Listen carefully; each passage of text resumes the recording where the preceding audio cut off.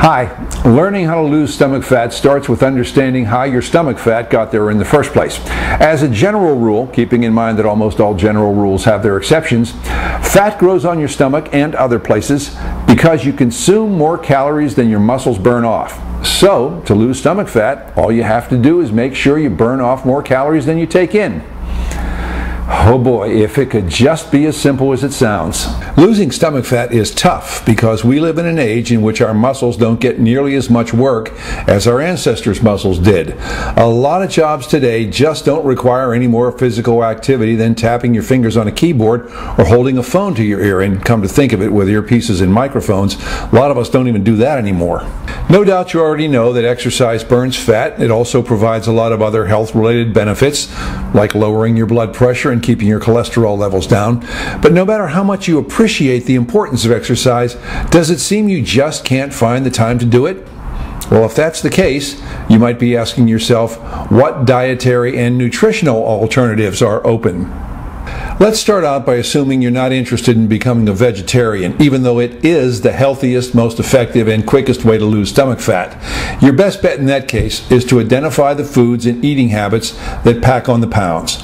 Avoid these, or at least do your best to limit them, and you can lose stomach fat without giving up everything else you like all the time.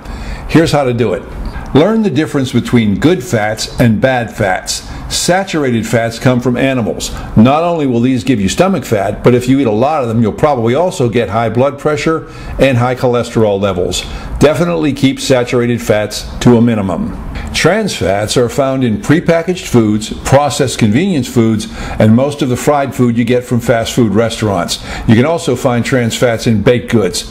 All too often, lunch or dinner consists of fast foods or pre-processed convenience foods that are just loaded with trans fats, which not only stick to your ribs, but also expand your waistline while narrowing your arteries. Avoid trans fats as much as you can. Polyunsaturated fats and monounsaturated fats are fats that are not as bad for you. In fact, they may actually have some health benefits. These fats come from vegetable oils, fish oils, sunflowers, peanuts, etc.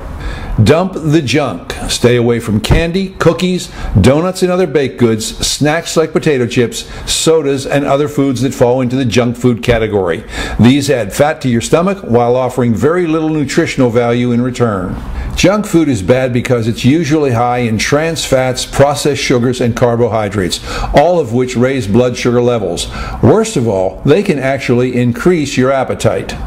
It's best just to leave these foods on your grocery store shelves and not even bring them into your home. Stick instead to healthy snacks like fruits and nuts. Now, there is one exception in the candy category, and that's dark chocolate. Researchers have found that dark chocolate helps reduce cholesterol. You just have to make sure it's dark chocolate, not milk chocolate, which is bad for you. Watch out for white. Foods that are white or off-white in color tend to be high in starches and bad carbohydrates. Anything made from refined flour is probably going to add to your stomach fat. It can also lead to poor digestion and bloating. Furthermore, bad carbohydrates raise your insulin level, which slows down your metabolism. When your metabolism slows down, you burn fewer calories and you add more stomach fat. And wouldn't you know it, some of our favorite foods fall into this category. White bread, baked potatoes, French fries, white rice, lots of different kinds of pasta. So if you want to lose stomach fat, you have to look for non-white alternatives to these favorites: whole wheat bread and pasta, brown rice, sweet potatoes.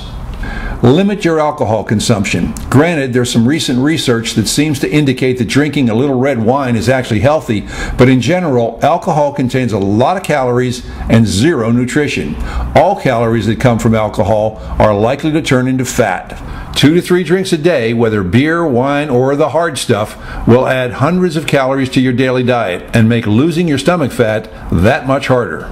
It's conventional wisdom that we all tend to add stomach fat as we get older. But hey, it's tough at any age, especially when we're bombarded by hundreds of commercial messages daily to eat things that are bad for us.